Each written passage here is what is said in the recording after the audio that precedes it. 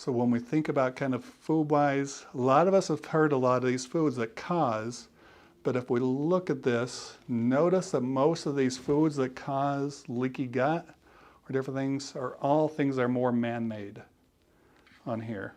When we start to look at foods that help, we start to notice, oh, wait a second. They're mostly things that are found naturally occurring. They aren't made from test tubes or anything like that. So once again, it's bringing things in that can help out. A couple of the big ones. So bone broth, why do you think bone broth helps out with leaky gut? It's like the marrow. The collagen that gets pulled from the broth. They actually did the studies on this because when they were first starting to figure this out, they started to look at it. They thought, oh, they started to see vegetable soup actually helped out with leaky gut. So they're like, oh, it must be the vegetables. So they pulled out all the vegetables, and that's when they just did the broth. Like, oh, wait a second, it still does it.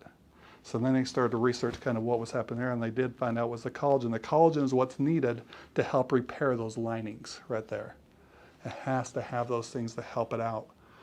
Raw, cultured, organic dairy, but notice conventional dairies on the other side on there. A lot of times once we start to pasteurize, once again it gets rid of the bad, but also gets rid of the good.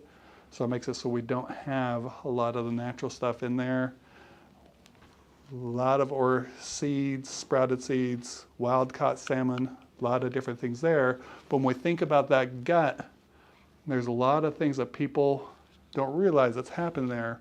One, like we said, most of our immune system is made there. But two, serotonin. Anybody heard serotonin as that happy kind of hormone? It's made there in that gut. But all these things are having to fire off. So once we create those imbalances, all of a sudden these start to happen. We start to decrease the immune system and start to decrease serotonin. We start to do all these other things to the system.